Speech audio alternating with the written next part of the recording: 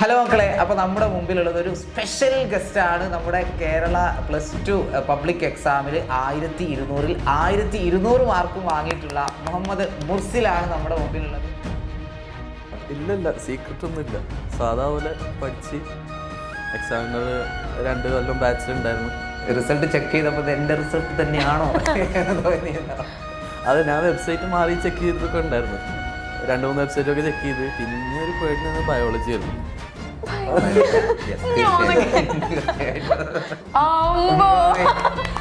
അപ്പൊ നമ്മളൊരു ഇന്റർനാഷണൽ ടോപ്പറെയാണ് കേട്ടോ നമ്മളിപ്പോ ഇന്റർവ്യൂ ചെയ്തുകൊണ്ടിരിക്കുന്നത്. അപ്പൊ ഇത് എക്സ്ക്ലൂസീവ് ആണ്. +1 ഇനി കടക്കാൻ പോകുന്ന ഒരുപാട് കുട്ടികളുണ്ട്. അവരൊക്കെ ഈ ഒരു മാറിയ പാറ്റേൺ, അതുപോലെ സിലബസ്, എക്സാം ടഫ് ആവുക, പിന്നെ ഈ റിസൾട്ട് വന്ന സമയത്ത് കഴിഞ്ഞ വർഷം 100 ചില്ലറ കുട്ടികൾക്ക് ഫുൾ മാർക്ക് ഉണ്ടായിരുന്ന സമയത്ത് ഇപ്പോൾ ഒരു 44 കുട്ടികൾക്ക് കുറഞ്ഞിട്ടുണ്ട്.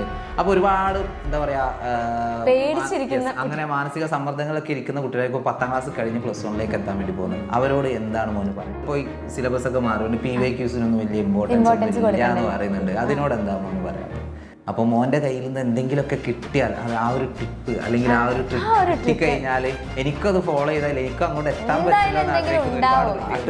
എനിക്കും അറിയില്ല, അത് ഞാനും കണ്ടെത്തുന്നുള്ളൂ. ഹലോ മക്കളെ, അപ്പോൾ നമ്മുടെ മുമ്പിലുള്ളത് ഒരു സ്പെഷ്യൽ ഗസ്റ്റാണ്. നമ്മുടെ കേരള +2 പബ്ലിക് എക്സാമിൽ 1200 മാർക്കും വാങ്ങിയിട്ടുള്ള മുഹമ്മദ് മുർസിലാണ് നമ്മുടെ മുമ്പിലുള്ളത്. അപ്പോൾ ആദ്യം തന്നെ ഒരു വലിയ കൺഗ്രാജുലേഷൻസ്. യെസ്. അപ്പോൾ ആദ്യം തന്നെ ചോദിക്കാനുള്ളൂ, മക്കൾക്ക് എല്ലാവർക്കും അറിയാൻ ആഗ്രഹം ഉണ്ടാവും, എങ്ങനെയാണ് ഈ 1200 നേടിയത് എന്നുള്ളത്. അതിനല്ല എന്താ പറയാ, ഒരു സീക്രട്ട് അങ്ങനെ എന്തെങ്കിലും ഉണ്ടോ? ഇല്ല സീക്രട്ട് ഒന്നുമില്ല. സാധാ പോലെ പഠിച്ച് എക്സാമിനർ 2 കൊല്ലം ബാച്ചിലുണ്ടായിരുന്നു. അപ്പം അങ്ങനെ ഓരോ റിവിഷനും ഒക്കെ കഴിഞ്ഞ് +1ഉം +2ഉം ഫുൾ മാർക്ക് കിട്ടി. സന്തോഷമായിട്ട്. അപ്പോൾ അഗ്നി ബാച്ചിലും ഉണ്ടായിരുന്നില്ലേ? +1 ഉണ്ടായിരുന്നു, +2 ഉയര ബാച്ചിലും അവിടെ കൂടെ തന്നെ ഉണ്ടായിരുന്നു. യെസ്. അപ്പോൾ എങ്ങനെ ഉണ്ടായിരുന്നു റിസൾട്ട് അറിഞ്ഞ സമയത്ത്? എങ്ങനെയായിരുന്നു ഇത്രയും മാർക്ക് കിട്ടുന്നുള്ളത്? മാർക്ക് ഉണ്ടാവും, പക്ഷേ ഫുൾ മാർക്ക് എക്സ്പെക്ട് ചെയ്തിട്ടില്ല. അപ്പോൾ എല്ലാവർക്കും ഒരു ഷോക്ക് തന്നെയായിരുന്നു. എനിക്കും നല്ല ഷോക്കായിരുന്നു. റിസൾട്ട് ചെക്ക് ചെയ്തപ്പോൾ എൻ്റെ റിസൾട്ട് തന്നെയാണോ എന്ന് തോന്നിയതോ? അത് ഞാൻ വെബ്സൈറ്റ് മാറി ചെക്ക് ചെയ്തിട്ടൊക്കെ ഉണ്ടായിരുന്നു. 2-3 വെബ്സൈറ്റൊക്കെ ചെക്ക് ചെയ്ത് ഉറപ്പിക്കാൻ വേണ്ടിയിട്ട്. +1 എന്തായാലും ഫുൾ മാർക്ക് ആയിരുന്നല്ലോ കിട്ടിയിട്ടുണ്ടായിരുന്നത്. +2 ഏത് സബ്ജക്റ്റിനായിരുന്നു ഒരു പേടി ഉണ്ടായിരുന്നു? അതായത് ഇതിലും മാർക്ക് കുറയാൻ ചാൻസ് ഉണ്ടെന്ന് തോന്നിയത്? പിന്നെ ഒരു പേടി നിന്ന് ബയോളജി ആയിരുന്നു.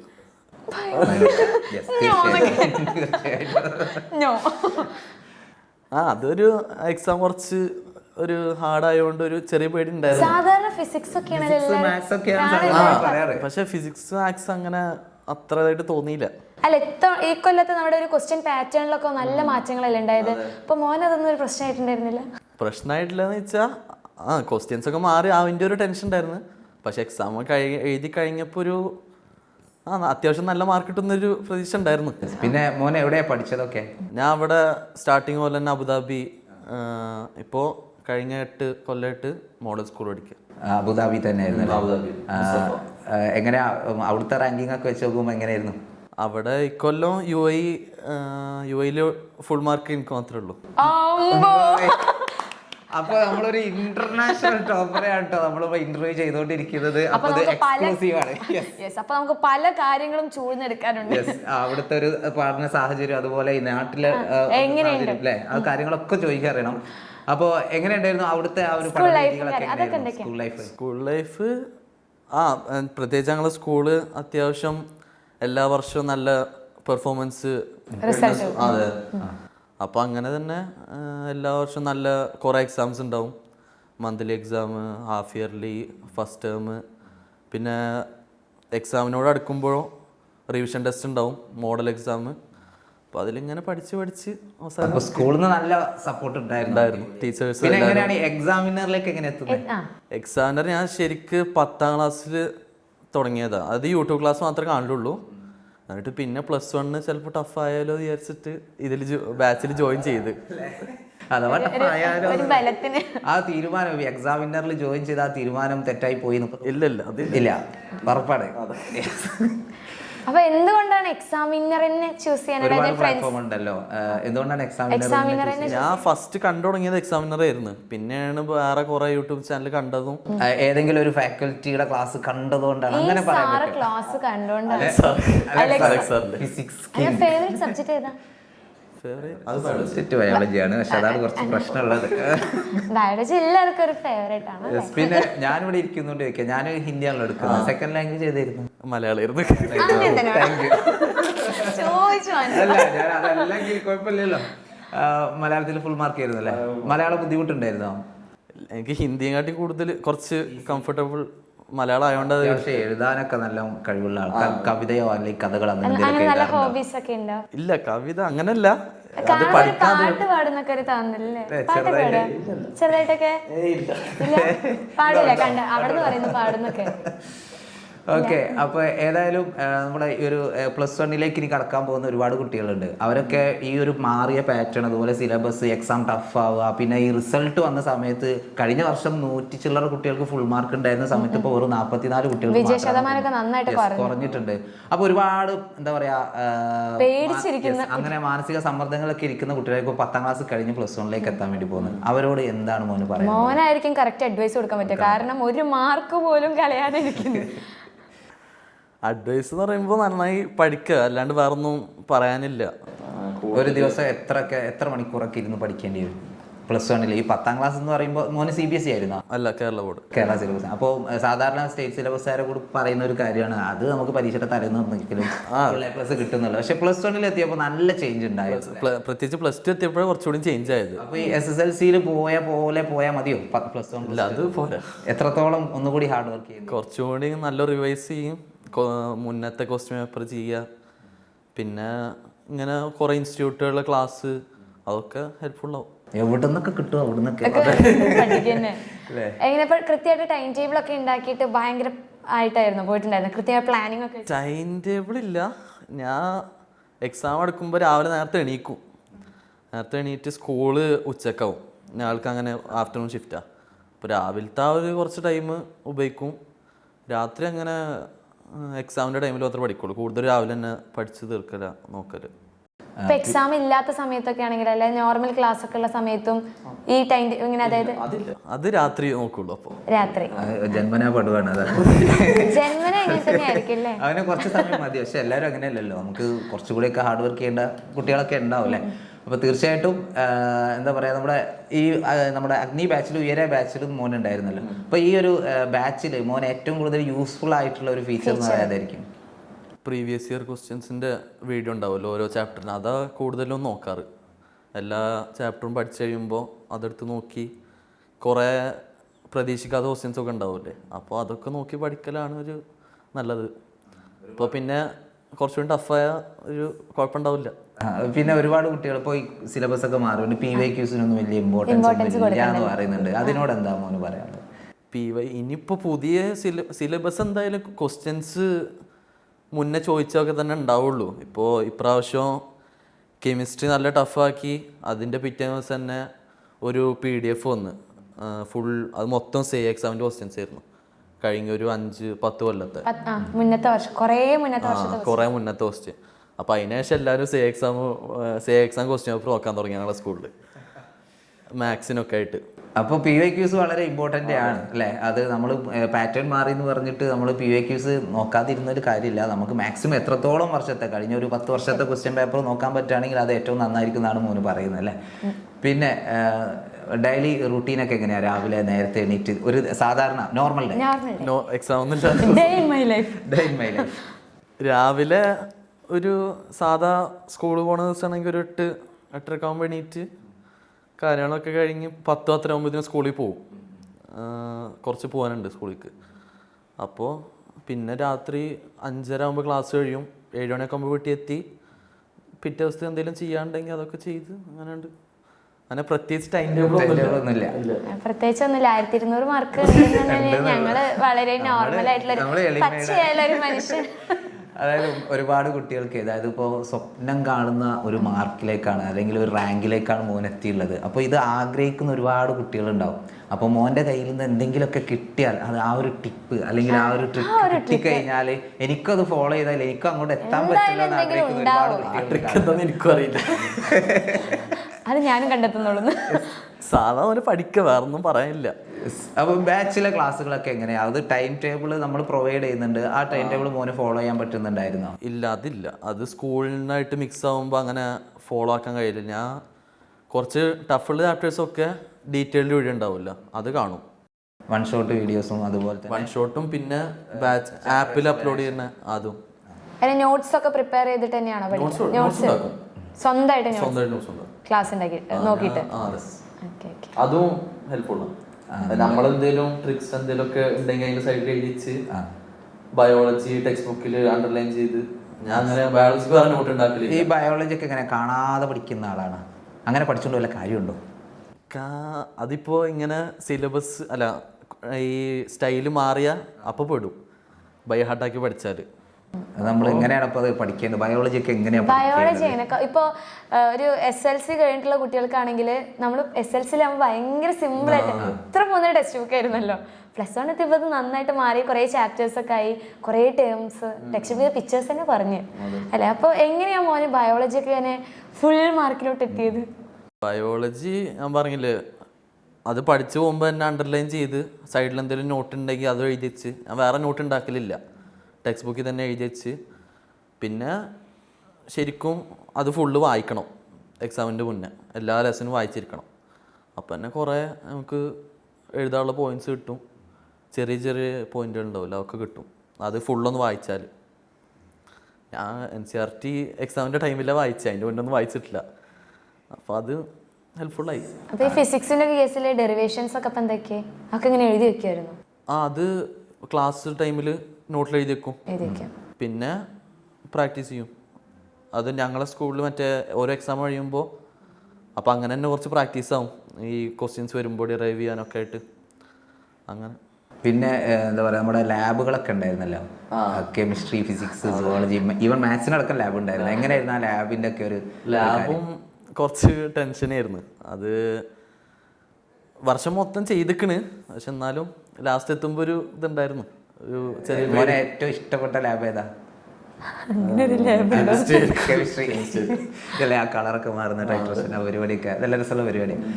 യെസ്. പിന്നെ നമ്മൾ ഈ ഓൺലൈൻ പ്ലാറ്റ്ഫോം ആണല്ലോ നമ്മുടെ ഈ എക്സാമിൻ്റെ എന്ന് പറയുന്നത്. അപ്പോൾ ഈ ഒരു ബാച്ചിലേക്ക് ജോയിൻ ചെയ്യാൻ വേണ്ടി വീട്ടിൽ പറഞ്ഞ സമയത്ത് എന്തെങ്കിലും എതിർപ്പോ കാര്യങ്ങളോ, അതായത് ഒരുപാട് ഡിസ്ട്രാക്ഷൻസ് ഒക്കെ വരാൻ സാധ്യതയുള്ള ഒരു സംഭവമാണ്. എല്ലാവരും ഓഫ്ലൈൻ ആണല്ലോ പ്രിഫർ ചെയ്യുക. ഇല്ല, അങ്ങനെ എതിർപ്പൊന്നും ഉണ്ടായിട്ടില്ല. കാരണം ഞാൻ ടെൻത്തിൽ തന്നെ അവർക്ക് അറിയാം, യൂട്യൂബ് നോക്കി പഠിക്കുന്നുണ്ട്, വേറെ കുറേ ചാനലുകളൊക്കെ നോക്കുന്നുണ്ട്. അപ്പം ഞാൻ +1 എത്തിയപ്പോൾ പറഞ്ഞ് ഈ ചാനലിൽ ചേരണം, കുഴപ്പമൊന്നും ഉണ്ടായില്ല, ജോയിൻ ചെയ്ത്. ഫ്രണ്ട്സിന്റെ ഒക്കെ റിയാക്ഷൻ എന്തായിരുന്നു ഈ ഒരു റിസൾട്ട്? അവർക്ക് അറിയായിരുന്നോ? എല്ലാവർക്കും ഒരു പ്രതീക്ഷ ഉണ്ടായിരുന്നു, എനിക്കുണ്ടായിരുന്നില്ല. എന്നാലും എനിക്ക് മാത്രമില്ലായിരുന്നു, ബാക്കി എല്ലാവർക്കും ഉണ്ടായിരുന്നു. അങ്ങനെ കിട്ടി. പാരൻസ് സന്തോഷി. അല്ല, റിസൾട്ട് അറിഞ്ഞ സമയത്ത് മോനെ അവിടെ ആയിരുന്നു അതോ ഇവിടെ? ഞാൻ ഇവിടെ ആയിരുന്നു. ഞാൻ റിസൾട്ട് ഒരു എങ്ങനെ ആ റിസൾട്ട് അറിഞ്ഞ ആ ദിവസം ഒന്ന് എക്സ്പ്ലെയിൻ ചെയ്തു തരാം, എങ്ങനെയായിരുന്നു എല്ലാവരുടെ പിന്നെ നാട്ടുകാരൊക്കെ ഉണ്ടാവുമല്ലോ, എല്ലാവരും അറിഞ്ഞിട്ടുണ്ടാവില്ല. അത് ടൈമിന്റെ ഒരു പ്രശ്നം ഉണ്ടായിരുന്നില്ല. ഫസ്റ്റ് 2:30 തന്നെ തുടങ്ങിക്കണ ഇത് ലോഡാക്കല്. എന്നിട്ട് അവസാനം ഉപ്പ ഉണ്ടായിരുന്നില്ല വീട്ടിൽ, ഉമ്മയും പിന്നെ വല്യമ്മ മാത്രമേ ഉണ്ടായിരുന്നുള്ളൂ വീട്ടിൽ. അപ്പം അങ്ങനെ ഒരു 3:30 ആകുമ്പോൾ റിസൾട്ട് വന്ന് ഞാൻ തന്നെ ഫസ്റ്റ് നോക്കി, ആരും വിളിക്കാണ്ട് തന്നെ. എന്നിട്ട് നോക്കിയിട്ട് ഉമ്മാട് പറഞ്ഞി, അപ്പോൾ എന്നെ ഉപ്പ എത്തി. അപ്പം എല്ലാവർക്കും സന്തോഷമായി. എല്ലാവരും ഞാൻ പറഞ്ഞിട്ടുണ്ടായിരുന്നു ഒരു ഫുള്ള് കിട്ടില്ല, അത്യാവശ്യം നല്ല മാർക്ക് തന്നെ ഉണ്ടാകുമായിരിക്കും. അപ്പോൾ ഫുള്ള് കിട്ടിയെന്ന് പറഞ്ഞപ്പോൾ അതിനെക്കാട്ടിയും കൂടുതൽ സന്തോഷം. അപ്പോൾ ഒരുപാട് വർഷത്തെ ഹാർഡ് വർക്കാണ് അല്ലേ? അതായത് നമ്മൾ പെട്ടെന്ന് ഒരു +1 +2 മാത്രം പഠിച്ചതിൻ്റെ റിസൾട്ട് അല്ല ഇത്. നമ്മൾ കുഞ്ഞു ക്ലാസ്സിൽ പഠിക്കുന്ന കുട്ടികളൊക്കെ ഇത് കാണുന്നുണ്ടെങ്കിൽ തീർച്ചയായിട്ടും മനസ്സിലാക്കണം. നമ്മൾ ആ ബേസിക്സ് സെറ്റ് ആയിട്ടില്ലെങ്കിൽ, അതായത് 5ാം ക്ലാസ് മുതലെങ്കിലും നമ്മൾ ബേസിക്സും കാര്യങ്ങളൊക്കെ അടിപൊളിയായിട്ട് സെറ്റ് ആക്കിയില്ലെങ്കിൽ നമുക്ക് ഇതുപോലെയുള്ള ഒരു വിജയത്തിൽ അതുപോലെ ഇതേപോലെ ഇൻ്റർവ്യൂവിലൊന്നും വന്നിരിക്കാൻ വേണ്ടി പറ്റില്ല. അപ്പോൾ എല്ലാവരും എന്ത് ചെയ്യുക, ഏത് ക്ലാസ്സിലാണെങ്കിലും പഠിക്കുന്ന ആ ഒരു സമയത്ത് നന്നായിട്ട് ബേസ് സ്ട്രോങ് ആയിട്ട് പഠിക്കുക എന്നുള്ളതാണ് നമുക്ക് പറയാനുള്ളത്. പിന്നെ ഇനി എന്താണ് വാട്ട് ഈസ് നെക്സ്റ്റ്? ഞാൻ എൻട്രൻസ് നീറ്റിന് ഇപ്രാവശ്യം എഴുതിയിട്ടുണ്ടായിരുന്നു. എങ്ങനെ ഉണ്ടായിരുന്നു? അത് നല്ല പണിയായിരുന്നു. നല്ല പണിയായിരുന്നു. എന്താണ് തോന്നിയത്? എന്ത് ഡിഫറൻസാ തോന്നിയിട്ടുണ്ടായിരുന്നത്?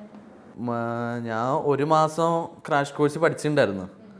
അപ്പോൾ അതിൽ നിന്നൊക്കെ ബയോളജി അല്ലോ NCERT ഒക്കെ നോക്കി പോയോണ്ട് അത് വലിയ ഒരു കുഴപ്പമുണ്ടായിരുന്നില്ല. വലിയ ക്വസ്റ്റ്യൻസ് ആയിരുന്നില്ല, വായിക്കാൻ സമയം. ഫിസിക്സ് ആയിരുന്നു കുറച്ച് നല്ല പണി ഉണ്ടായിരുന്നു, കെമിസ്ട്രിയും. അപ്പം അത് രണ്ടും. ഇനി നീറ്റ് തന്നെ നോക്കുന്നേ? നീറ്റ്. ഡോക്ടർ ആരെങ്കിലും ഇൻഫ്ലുവൻസർ ആരെങ്കിലും ഉണ്ടോ? അതായത് ഒരാളെ കണ്ടിട്ടാണ് അങ്ങനെ? ഇല്ല, ഞാൻ ചെറുപ്പം പോലെ തന്നെ അങ്ങനെ പറയണതാ, ഡോക്ടറാണോ. കുഞ്ഞുനാൾ മുതലേ ഉള്ള ഒരു ആഗ്രഹമാണ് ഡോക്ടറാണെന്നുള്ളത്. അതെന്തായാലും ആവുമല്ലോ, അതിനൊരു സംശയമില്ല. അതൊക്കെ ഞാൻ ഉറപ്പിച്ചു വെച്ചതാണ്. ഇപ്പൊ +1 ആണോ +2 ആണോ ഏറ്റവും കൂടുതൽ ബുദ്ധിമുട്ടെന്ന് വെച്ച് കഴിഞ്ഞാൽ ഏതാ പറയാ? +2 ആയിരിക്കും. +2 അതെന്താ?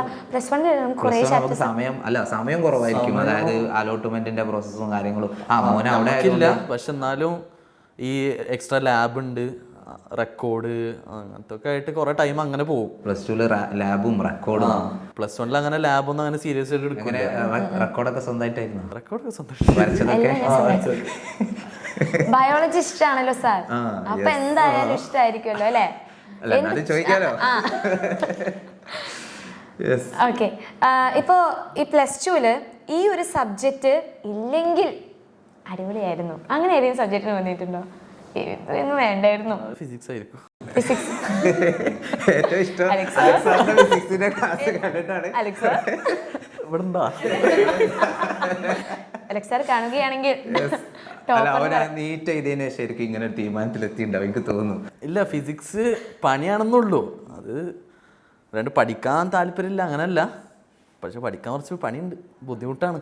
പിന്നെ ഈ സാറ് പറയുന്നുണ്ട് ബുദ്ധിമുട്ടില്ല, മുന്നോട്ട് ഈ എക്സാം സമയത്ത് മോൻ എങ്ങനെയായിരുന്നു? പഠനമൊക്കെ എങ്ങനെയായിരുന്നു? എക്സാം സമയത്ത് എക്സാം നോമ്പിൻ്റെ ടൈമിലായിരുന്നു. അപ്പോൾ രാവിലെ നേരത്തെ അത്താഴത്തിന് എണീക്കും, പിന്നെ ഉറങ്ങില്ല. ഒരു ബോണസാണ്, അതൊരു ബോണസായി. അപ്പോൾ ആ ടൈമിൽ കുറച്ചധികം പഠിച്ച് തീർക്കുക.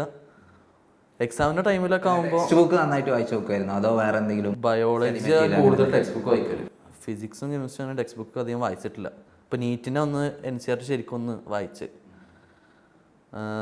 ബാക്കി സബ്ജക്റ്റിനൊക്കെ ഈ യൂട്യൂബ് ക്ലാസ്സും ബാച്ചിത്തെ ക്ലാസ്സൊക്കെ കണ്ട് നോട്ട് ഉണ്ടാക്കി, പിന്നെ ക്വസ്റ്റ്യൻസ് ചെയ്യും, ഈ പ്രീവിയസ് ഇയർ ക്വസ്റ്റ്യൻസ് ഒക്കെ. PYQ ആണ്. അപ്പൊ കുറേ പേര് തെറ്റ് ഇങ്ങനെ ധരിക്കുന്ന ഒരു കാര്യമാണ് പാറ്റേൺ മാറി, ഇനി PYQ നമുക്ക് വേണ്ട. ആ സാധനം ഈ പഴയ മുന്നത്തെ എക്സാം ഒക്കെ നല്ല ടഫ് ആയിരുന്നു, അത് നോക്കുമ്പോൾ മനസ്സിലാവും. അപ്പോൾ അതിലത്തൊക്കെ ക്വസ്റ്റ്യൻസ് തന്നെ ആയിരിക്കും ഈ ടഫ് ആക്കുകയാണെങ്കിൽ വരിക. ഈ പാറ്റേൺ മാറിയത് നന്നായി തോന്നിയിട്ടുണ്ട്? നന്നായി തോന്നിയിട്ടില്ല.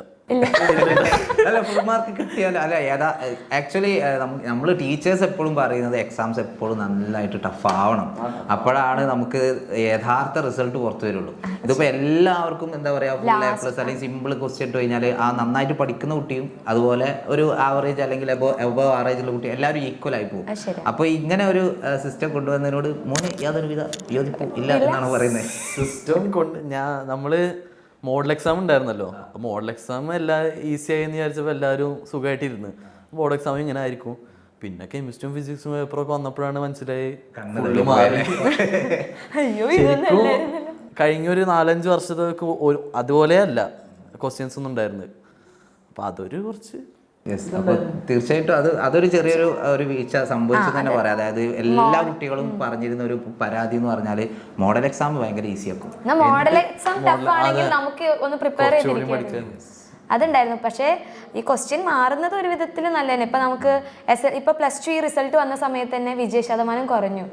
പണ്ടൊക്കെ ആണെങ്കിൽ നമ്മൾ പറയാം +2 അല്ലേ ++ ഒക്കെ കിട്ടും, ഇതിപ്പോ എങ്ങനെയും ഇതാക്കാം. ഇപ്പൊ സാധനം ഇല്ലല്ലോ, ഇപ്പൊ ഒരു വാല്യൂ തിരിച്ചറിയാൻ തുടങ്ങി. അതായത് +2 1200 മാർക്ക് എന്ന് പറഞ്ഞു കഴിഞ്ഞാൽ അത് നമുക്കൊന്നും ചെയ്യാൻ പറ്റാത്ത കാര്യമാണ് തീർച്ചയായിട്ടും അല്ലേ. അപ്പോൾ മോനെ ഏതായാലും നല്ല ഉയരത്തിൽ എന്താ പറയാ നമ്മുടെ ഡോക്ടറാകണം എന്നുള്ള ഒരു ആഗ്രഹത്തിലാണ്. അപ്പോൾ അതൊക്കെ എന്തായാലും നേടാൻ വേണ്ടി പറ്റട്ടെ എന്ന് ഞാൻ ആത്മാർത്ഥമായിട്ട് പ്രാർത്ഥിക്കുകയാണ്. പിന്നെ അടുത്തൊരു ക്വസ്റ്റ്യൻ ആണ്, ഇപ്പൊ ടൈം എങ്ങനെ മാനേജ് ചെയ്യുന്നത്? ഇപ്പൊ എക്സാമിന് ഇപ്പോ ടൈം മാനേജ്മെന്റ് കുറേ കുട്ടികൾക്കുള്ള ഒരു പ്രശ്നമാണ്. ഈ എക്സാം എഴുതുന്ന സമയത്ത് അത് മോൻ എന്താ ചെയ്തിട്ടുണ്ടായിരുന്നു? ചെറിയ 1 മാർക്ക് ക്വസ്റ്റ്യനും അതുപോലെ തന്നെ കുറച്ച് എസ്സേ പോലെ എഴുതേണ്ട ക്വസ്റ്റ്യൻ. ടൈം മാനേജ്മെന്റ് പ്രശ്നം ഉണ്ടാവും കൂടുതൽ ലാംഗ്വേജിനാണ്, ഇംഗ്ലീഷും മലയാളം. കാരണം ഇംഗ്ലീഷ് മലയാളം എഴുതിയാൽ തീരില്ല. ഒരു 6 മാർക്കിന് 2 പേജ്, 8 മാർക്കിന് 4 പേജ് അങ്ങനെയൊക്കെ എഴുതി തീർക്കുമ്പോഴത്തേനും അപ്പം അത് നമ്മളൊരു ടൈം വെച്ചാണ്ട് ഇരിക്കണം. ഫസ്റ്റത്തെ ഒരു 10 മിനിറ്റ് ആ ഫസ്റ്റ് ഫുൾ സെക്ഷനാണ് തീർത്ത്. ഞാൻ അങ്ങനെ ചെയ്യല്. ഫസ്റ്റത്തെ 10 മിനിറ്റിൽ ആ 1 മാർക്ക് 2 മാർക്കിന് ചെറിയ ചെറിയ ഫിൽ ഇൻ ദ ബ്ലാങ്ക്സ് അതൊക്കെ ഉണ്ടാവും. അതൊക്കെ തീർത്ത് 8 മാർക്കിൻ്റെ ക്വസ്റ്റിന് ചിലപ്പോൾ ഒരു ക്വസ്റ്റിന് 10-15 മിനിറ്റ് എടുക്കും. അങ്ങനെ ടൈം വെച്ച് എന്തോ ആയതിന് ബോർഡ് എക്സാമിന് പ്രശ്നമൊന്നും ഉണ്ടായില്ല. ഓർ ക്വസ്റ്റ്യൻസ് ഉണ്ടാവാറില്ല നമുക്ക്, അതൊക്കെ അറ്റൻഡ് ചെയ്യാറുണ്ട്. എല്ലാ ക്വസ്റ്റ്യൻസ് എഴുതിയിരുന്നിട്ട് ഇല്ല, ആവശ്യമുള്ളത് അല്ലേ. നമ്മള് സാധാരണ ടിപ്പ് പറഞ്ഞു കൊടുക്കുന്നതൊക്കെ, അതായത് എല്ലാ ക്വസ്റ്റ്യൻസും അറ്റൻഡ് ചെയ്യാം, ഫുൾ മാർക്ക് കിട്ടുന്നത് എന്ത് ചെയ്യാണ്ട് പരിഗണിച്ചു. പക്ഷെ ഇപ്രാവശ്യം ഫസ്റ്റത്തെ എഴുതിയ മാത്രം ഇവാലുവേറ്റ് ചെയ്യുന്നുള്ളൂ കേട്ട്. അതുകൊണ്ട് മോനെ വെറുതെ സമയം കളഞ്ഞില്ലല്ലേ? അല്ല, ഞാൻ +1 അങ്ങനെ ചെയ്യലില്ല. അല്ല, ഇപ്രാവശ്യം അങ്ങനെ കേട്ട്. എനിക്ക് പിന്നെ എല്ലാം അറിയാലോ, ഞാനതൊക്കെ എഴുതല്ലോ. പിന്നെ എന്തിനാ എനിക്ക് ബാക്കി ഓവറിന്റെ ആവശ്യമൊന്നുമില്ല. ഓക്കെ, അപ്പോൾ ഇതുപോലൊക്കെ ടൈം മാനേജ് ചെയ്ത് കഴിഞ്ഞാൽ നിങ്ങൾക്കും നല്ല മാർക്കിലോട്ട് എത്താം എന്നാണ് പറയുന്നത്. യെസ്. ഇനി ഇപ്പോൾ ഈ സാധാരണ ഇപ്പോൾ SLC കഴിഞ്ഞിട്ടുള്ള കുട്ടികളുടെ കേസ് ആണെങ്കിൽ ബയോസയൻസ് എന്ന് പറഞ്ഞൊരു ഭീകരനാണ്. സാധാരണ ഇപ്പോൾ നമ്മളിങ്ങനെ ബയോസയൻസ് എടുക്കണോ, ഇപ്പോൾ SLC ഫുൾ A+ ഉണ്ടാവും, പക്ഷെ എന്നിരുന്നാലും ബയോസയൻസിനെ പേടിച്ചിരിക്കുന്ന കുട്ടികളുണ്ടാവും. അവരോട് എന്താ പറയാനുള്ളത്? ബയോസയൻസ് എന്ന് പറയുമ്പോൾ അത്രക്കും താല്പര്യം ഉണ്ടെങ്കിൽ എടുത്താൽ മതി. അല്ലെങ്കിൽ പിന്നെ വെറുതെ പഠിക്കാൻ പറ്റാത്ത അല്ലെങ്കിൽ ഇഷ്ടമല്ലാത്ത എടുത്തിട്ട് വലിയ കാര്യമൊന്നുമില്ല. മോനെ അങ്ങനെ ക്ലാസ്സിലെ പേരൊന്നും പറയണം, അങ്ങനെ ആരെങ്കിലും ഉണ്ടോ, അനുഭവം ഉണ്ടോ? ഇല്ല, ഇതുവരെ പഠിച്ചവർക്കൊക്കെ അത്യാവശ്യം ഇൻട്രസ്റ്റ് ഒക്കെ ഉള്ളവർ തന്നെയാണ്. എല്ലാവർക്കും ഇപ്പോൾ അത്യാവശ്യം നല്ല മാർക്കും ഉണ്ട് എല്ലാവർക്കും ഞങ്ങളുടെ സ്കൂളിൽ. അപ്പോൾ അതൊക്കെ അവസാനം ഭംഗിയായി. ഈ സക്സസിന്റെ പിറകിൽ ഇപ്പൊ ഫാമിലിയുടെയും ഫ്രണ്ട്സിന്റെ ഒക്കെ സപ്പോർട്ട് എത്രത്തോളം ഉണ്ടായിരുന്നു? നല്ലോണ്ട്. പ്രത്യേകിച്ച് ഞങ്ങളുടെ സ്കൂളിൽ ഫുൾ കുറേ ടീച്ചർമാരുണ്ട്. എന്നെ ചെറിയ ക്ലാസ് പോലെ തന്നെ പഠിപ്പിച്ച് ഇപ്പോഴും അവിടെ ഉണ്ട്. അപ്പോൾ അവർക്കൊക്കെ നല്ല പ്രതീക്ഷ ഉണ്ട് എനിക്ക് ഫുൾ മാർക്ക് കിട്ടുന്നത്. അവരുടെ പേര് വേണമെങ്കിൽ പറയാം. ക്ലാസ് ടീച്ചർ ലിൻഡോ ടീച്ചർ ഉണ്ടായിരുന്നു. ലിൻഡോ ടീച്ചർ ബയോളജി സാറ്, സെക്യൂർ സാറ്, പിന്നെ പഴയൊരു 10ാം ക്ലാസ് പഠിച്ച ഒരു സ്വപ്ന ടീച്ചറുണ്ട്. ഇവരൊക്കെ നല്ല സപ്പോർട്ടാണ്. ഇംഗ്ലീഷ് സാർ, റസൽ സാറ്, ഇവരൊക്കെ 7-8 ആ ക്ലാസ് പോലെ തന്നെ അത്യാവശ്യം സപ്പോർട്ട് ചെയ്ത് ഒരു മെന്റർഷിപ്പ് അല്ലേ? അതെ. ആ ഒരു പ്രോഗ്രാം. വീട്ടിൽ ഏറ്റവും കൂടുതൽ എന്താ പറയാ അടിപിടിയുള്ള ആരെങ്കിലും ഉണ്ടോ? അനിയന്മാർ, അനിയത്തിമാരാ? ഇല്ല, ഞാൻ ഏറ്റവും താഴെയുള്ളത്. 2 ഇക്കമാരല്ലേ? അവരൊക്കെ എങ്ങനെയാ? ഭയങ്കര സപ്പോർട്ടായിരുന്നു. ലാസ്റ്റ് കുട്ടിയല്ലേ ചുറ്റൊരു അവർക്കൊക്കെ നല്ല സന്തോഷമായിട്ടുണ്ടായിരിക്കും അല്ലേ? ഗിഫ്റ്റ് എല്ലാം കിട്ടിയോ? പറഞ്ഞോളൂ, എല്ലാവരും കേൾക്കുന്നുണ്ടല്ലോ, പറഞ്ഞോളൂ. കിട്ടുമായിരിക്കും. ഇനിയിപ്പോ വേണമെങ്കിൽ പറഞ്ഞോട്ടോ, അഥവാ കിട്ടിയില്ലേ. ഞാനിതായിരുന്നു ആഗ്രഹിച്ചത്, ചിലപ്പോ കിട്ടുമായിരിക്കും. അത് ആഗ്രഹം എന്തെങ്കിലും പറഞ്ഞോ? എന്തായാലും അവർ കേൾക്കല്ലേ, ഞാൻ മുന്നേ പറഞ്ഞിട്ടുണ്ടല്ലോ, അത് മതി. ഇനി നെക്സ്റ്റ് ചോദ്യം. അതായത് നമുക്കിപ്പോൾ ബാച്ചിലെ കാര്യങ്ങൾ കൂടുതൽ നമുക്ക് കുട്ടികൾക്കൊക്കെ അറിയുന്നുണ്ട്. അതായത് ഈ ബാച്ചിൽ ജോയിൻ ചെയ്ത് കഴിഞ്ഞാൽ ഇത് വർത്ത് ആണോ, അല്ലെങ്കിൽ ഇത് ജോയിൻ വെറുതെ ആയി പോകുമെന്നുള്ള സംശയത്തോടു കൂടി, അല്ലെങ്കിൽ നേരത്തെ പഠിച്ചു തുടങ്ങണോ? നമ്മൾ ബാച്ചിലേക്കുള്ള അഡ്മിഷനും കാര്യങ്ങളൊക്കെ ഓൾറെഡി സ്റ്റാർട്ട് ചെയ്തിട്ടുണ്ട്. നേരത്തെ പഠിച്ചു തുടങ്ങണോ, ഇപ്പോൾ തന്നെ ജോയിൻ ചെയ്യണോ, അങ്ങനെയൊക്കെ സംശയിച്ചിരിക്കുന്ന കുട്ടികളുണ്ടാവും. ഈ ബാച്ചിനെ കുറിച്ച് മോൻ്റെ എന്താ പറയുക ഹൃദയത്തിൽ നിന്നുള്ള അഭിപ്രായം അതാണ്. ബാച്ച് ഇപ്പോൾ യൂട്യൂബിലാണെങ്കിൽ 1 ഷോട്ട് എന്ന് പറയുമ്പോൾ ഓരോ ചാപ്റ്ററും ഇപ്പോൾ 2-2.5-3 മണിക്കൂർ. ചില ചാപ്റ്ററൊക്കെ അതിനെക്കാട്ടിയും വലുത് ഭയങ്കര കോംപ്ലിക്കേറ്റഡ് ആയതൊക്കെ ബാച്ചിൽ ഡീറ്റെയിൽഡ് വീഡിയോ കണ്ടാൽ മനസ്സിലാവും. അപ്പോൾ അതിന് കുറച്ച് ടൈം മാറ്റി വെച്ചാൽ നല്ലത്. പിന്നെ ഈ പ്രീവിയസ് ഇയർ ക്വസ്റ്റ്യൻസിൻ്റെ അത് മാത്രമായിട്ട് ചെയ്യണ വീഡിയോ ഉണ്ടാവും. അപ്പോൾ അതൊക്കെ ഉപയോഗിച്ചാൽ നല്ലതാവും. അല്ലെങ്കിൽ പിന്നെ യൂട്യൂബ് പഠിച്ചാൽ കുഴപ്പമൊന്നുമില്ല. ഇപ്പോൾ അഥവാ ഇങ്ങനെ എക്സാം ടഫ് ആവുകയാണെങ്കിൽ ഈ ഡീറ്റെയിൽഡ് ക്ലാസ്സിൽ നിന്നൊക്കെ അതിൽ വരും. അങ്ങനെ അതാവും നല്ലത്. പക്ഷേ യൂട്യൂബ് നോക്കി പഠിച്ചാൽ ഞാൻ കുറേയൊക്കെ യൂട്യൂബ് നോക്കി പഠിച്ചിട്ടുണ്ട്. ബാച്ച് എന്ന് പറയുമ്പോൾ ഈ പ്രീവിയസ് ഇയറിന് കൂടുതൽ ഉപയോഗിച്ചിട്ടുള്ളത്. അപ്പോൾ യൂട്യൂബിനേക്കാളും ഒന്നുകൂടെ അഡ്വാൻറ്റേജ് ഉള്ള ബാച്ചിൽ എന്ന് പറഞ്ഞാൽ ഈ PYQ അതുപോലെ തന്നെ ഡീറ്റെയിൽഡ് കുറച്ചധികം ലെങ്തി ആയിട്ടുള്ള വീഡിയോസ്, അതായത് എല്ലാ ഈച്ച് ആൻഡ് എവറി കോർണർ നമ്മൾ പഠിക്കുന്നത്. അത് യൂട്യൂബിലാകുമ്പോൾ നമുക്ക് ലിമിറ്റേഷൻസ് ഉണ്ട്, അതായത് ഇത്ര മണിക്കൂർ കൊണ്ട് ഇമ്പോർട്ടൻ്റ് ആയിട്ടുള്ള കാര്യങ്ങൾ മാത്രമേ നമുക്ക് പറഞ്ഞുതരാൻ വേണ്ടി. പിന്നെ യൂട്യൂബിലെ ലാസ്റ്റുള്ള മാരത്തോൺ അതൊക്കെ അത് പിന്നെ അബ്സല്യൂട്ട്ലി നമ്മുടെ കുട്ടികൾക്ക് ഉണ്ട്. പക്ഷെ ആ ഒരു സമയം കൊണ്ട് അത് പറ്റുമെന്നുള്ള അല്ലെ എനിക്ക് പലപ്പോഴും തോന്നിയിട്ടുണ്ട്. അതായത് നമ്മുടെ എക്സാമിന്റെ തലേ ദിവസം നമ്മൾ ലെങ്തി ആയിട്ടുള്ള മാരത്തോൺ ഒക്കെ വെച്ച് കഴിഞ്ഞാൽ അത് കുട്ടികൾക്ക് എത്രത്തോളം തലയിൽ കയറും എന്നുള്ളത് നമ്മളത് കൊടുക്കുകയാണ്. അതായത് ബാച്ചിൽ ജോയിൻ ചെയ്യാത്ത കുട്ടികളുണ്ടെങ്കിൽ ആ കിട്ടുകയാണെങ്കിൽ കിട്ടട്ടെ എന്ന് വിചാരിച്ചിട്ട് അത് എത്രത്തോളം അത് യൂസ്ഫുൾ ആണ്. കാരണം ലേറ്റസ്റ്റ് ആയിട്ടാണ് പഠിക്കണല്ലേ, അപ്പോൾ അത് പിറ്റേ ദിവസം കൊണ്ട് ഓർമ്മ ഉണ്ടാവും. പിന്നെ കുറെ ക്വസ്റ്റ്യൻസും ഉണ്ടാവുമല്ലോ മാരത്തോണിൽ. അതെ അതെ. അപ്പോൾ അതൊക്കെ ഇപ്പൊ ഈ തലേ ദിവസം എങ്ങനെ പഠിക്കാറ്? ഇപ്പൊ ലൈക്ക് മോൻ എന്തായാലും റിവൈസ് ഒക്കെ ചെയ്തിട്ടുണ്ടായിരിക്കുമല്ലോ. ഇപ്പോൾ പിറ്റേ ദിവസം ഫിസിക്സ് എക്സാം എന്ന് വിചാരിക്കുക. അപ്പൊ മോൻ എന്താ ചെയ്യുക? മെയിൻ ടോപ്പിക്സ് മാത്രം കവർ ചെയ്തിട്ടാണ് അതോ ഫുള്ളായിട്ടെല്ലാം ഇരുന്ന് റിവൈസ് ചെയ്യാൻ നോക്കും? ഫുള്ളായിട്ടല്ല, കുറച്ച് ഓർമ്മയില്ലാത്ത കുറേ ഭാഗങ്ങളുണ്ടാവില്ല, അതാവും തലേ ദിവസം നോക്കുക. പിന്നെ രാവിലെ എക്സാം ഉള്ള ദിവസം ഞാൻ അത്യാവശ്യം നേരത്തെ എണീക്കും. അപ്പോൾ ഒന്നുകൂടി എല്ലാം ഒന്ന് ഓടിച്ചു പോവും, നോട്ട്സൊക്കെ ഒന്ന് ജസ്റ്റ്. പിന്നെ നമുക്ക് ഇപ്പൊ നീറ്റിന് വേണ്ടിയിട്ടാണല്ലോ പ്രിപ്പയർ ചെയ്യുന്നത്. അപ്പോൾ കുറേ പേര് ഇപ്പോൾ +1 +2 ഒരുമിച്ച് നീറ്റിനും കൂടി പ്രിപ്പയർ ചെയ്യുന്ന കുറേ കുട്ടികളുണ്ട്. എങ്ങനെ ഇതൊക്കെ എല്ലാം കൂടി ഓൾറെഡി +1 ടഫാ പറയുന്നത്, +2 ഇങ്ങനെയാണ്, എങ്ങനെ എല്ലാം കൂടി നോക്കുന്നത്? അത് എനിക്കും മാനേജ് ചെയ്യാൻ പറ്റിയിട്ടൊന്നുമില്ല. ഞാൻ രണ്ടിലും നീറ്റ് ബാച്ച് എടുത്തത്, +1 +2. പക്ഷേ അത്ര കാണാനൊന്നും പറ്റിയിട്ടില്ല. സ്കൂളിലത്തെ പണികളും അതൊക്കെ ആയിട്ട് പറ്റുന്നവരുണ്ടാവും. അപ്പോൾ ചെയ്യണമെങ്കിൽ 1 വർഷം ലാഭിക്കാം നമുക്ക് ഈ ഡ്രോപ്പ് ഇയർ പോവാണ്ട്. അപ്പോൾ അത് അത്രക്കും എഫക്റ്റീവായിട്ട് പഠിക്കാൻ പറ്റുമെങ്കിൽ അത് നല്ലതാണ്. ഇപ്പോൾ ഒരു നീറ്റിന് വേണ്ടി പ്രിപ്പയർ ചെയ്യുന്ന സമയത്ത് ഈ എല്ലാ NCERTയും കംപ്ലീറ്റ് ആയിട്ട് വായിക്കണം എന്നുള്ളത് കമ്പൽസറി ആണ്? നീറ്റിന് വേണം. ഇപ്പോൾ ബയോളജി പോട്ടെ, ബാക്കിയുള്ള ഫിസിക്സ് ആയാലും കെമിസ്ട്രി ആയാലും. ഫിസിക്സിൻ്റെ കാര്യം NCERT വായിച്ചാൽ എനിക്കങ്ങനെ മനസ്സിലാവില്ല. കാരണം full complicated, full diagram table അതൊക്കെ ആയിട്ട് ഞാൻ അങ്ങനെ ഫിസിക്സ് NCERT നോക്കിയിട്ടില്ല നീറ്റിന് പഠിക്കുമ്പോൾ. കെമിസ്ട്രി വായിക്കലുണ്ട്, റിയാക്ഷൻസൊക്കെ അതിൽ ഓരോ സെപ്പറേറ്റ് ആയിട്ട് ഉണ്ടാവും. അപ്പോൾ അത് നല്ലതാണ്, ബയോളജിയും കെമിസ്ട്രിയും. ഫിസിക്സ് NCERT വേണം, പക്ഷെ വേറെ വല്ല ഗൈഡോ അങ്ങനത്തൊക്കെ ഉണ്ടെങ്കിൽ അതും നല്ലതാവും. മോനെ നമ്മുടെ ഗൈഡ് കിട്ടിയിരുന്നോ? അത് മോനെ എത്രത്തോളം ഹെൽപ്ഫുൾ ആയിട്ടുണ്ട്? ഈ നീറ്റ് 1 മാസം പഠിക്കുമ്പോൾ ഓരോ ചാപ്റ്റർ കഴിഞ്ഞിട്ട് അതിലത്തെ ക്വസ്റ്റ്യൻസ് ചെയ്ത് നോക്കലുണ്ട്. അപ്പോൾ അതും യൂസ്ഫുൾ ആയിട്ടുണ്ടായിരുന്നു. ഇനി അപ്പോൾ ഇനി ഇപ്പോൾ +2 പഠിച്ചുകൊണ്ടിരിക്കുന്ന മക്കളുണ്ടായിരിക്കും, +1 ജോയിൻ ചെയ്യാൻ പോകുന്ന മക്കളുണ്ടായിരിക്കും. ഇപ്പോൾ നമ്മളായി കഴിഞ്ഞാൽ ആ ഒരു സമയത്ത് നമ്മൾ ആഗ്രഹിക്കുന്നത് 1200 മാർക്ക് തന്നെയാണ്. എല്ലാവർക്കും ആഗ്രഹം ഉണ്ടാവും, എത്രത്തോളം വർക്ക് ചെയ്യുന്നു എന്നുള്ളതിലാണല്ലോ കാര്യം. അപ്പോൾ ഇനി 10th +1 എത്തിയവരും +1 +2 എത്തിയവരൊക്കെ ഉണ്ട് അല്ലേ? അപ്പോൾ അങ്ങനെയുള്ള കുട്ടികളോട് മോന് അവസാനമായിട്ട് എന്താണ് പറയാനുള്ളത്? ഇതൊക്കെ ചെയ്ത് കഴിഞ്ഞാൽ കേസിലാവും. അത് അവസാനം നമ്മൾ വൈൻഡപ്പ് ചെയ്യാൻ വേണ്ടി പോകും. ആ സമയത്ത് എന്താണ് പറയുന്നത്? ഈ മനസ്സ് തുറന്നിട്ട് പറയാം. നല്ല പഠിക്കാൻ തന്നെ ശരിക്കും പറയാനുള്ളൂ. അത് നമ്മൾ എത്രത്തോളം വർക്ക് ചെയ്ത് അതിനനുസരിച്ചുള്ള കിട്ടും, എന്തായാലും കിട്ടും. എക്സ്ട്രാ പണി ഓരോ റിവിഷനും എന്തെങ്കിലും ടെസ്റ്റുകൾ ഉണ്ടെങ്കിൽ അത് നോട്ട്സ് ഉണ്ടാക്കുക, സ്വന്തമായിട്ട് ചെയ്യാൻ നോക്കുക. ഈ PDF നോട്ട്സ് നല്ലതാണ് റിവിഷനൊക്കെ, പക്ഷെ ഞാൻ കൂടുതലും സ്വന്തമായിട്ട് എഴുതി പഠിക്കല അത് നോക്കിയിട്ട്. അപ്പോൾ അതൊക്കെ കുറച്ചുകൂടി നല്ലത്.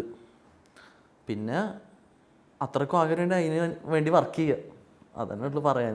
വർക്ക് ചെയ്താൽ റിസൾട്ട് ഉണ്ടാവും. ഇനി ഇൻ കേസ് ഇപ്പോൾ എന്താ പറയുക, കുറഞ്ഞ മാർക്കുകളൊക്കെ കുറഞ്ഞു പോയ കുട്ടികളൊക്കെ ഉണ്ടാവും. അവരാരും നിരാശപ്പെടുന്നു വേണ്ട. ഇത് നമ്മുടെ ജീവിതത്തിൻ്റെ ഒരു സ്റ്റെപ്പ് അല്ലേ, ഒരൊറ്റ സ്റ്റെപ്പ് മാത്രമാണ്. ഇനിയും ഒരുപാട് ടേണിംഗ് പോയിന്റുകളും ഒരുപാട് തീരുമാനങ്ങൾ എടുക്കേണ്ട ഒരു സമയമൊക്കെ വരാനുണ്ട്. അപ്പോൾ ഹോപ്പ് ഫോർ ദി ബെസ്റ്റ് എന്നൊക്കെ പറയുക. അപ്പോൾ എല്ലാവർക്കും ഓൾ ദി ബെസ്റ്റ്. ഏതായാലും നമ്മുടെ ടോപ്പറെ കണ്ട സന്തോഷത്തിൽ നമുക്ക് വീണ്ടും മുർസിൽ. ഓക്കെ.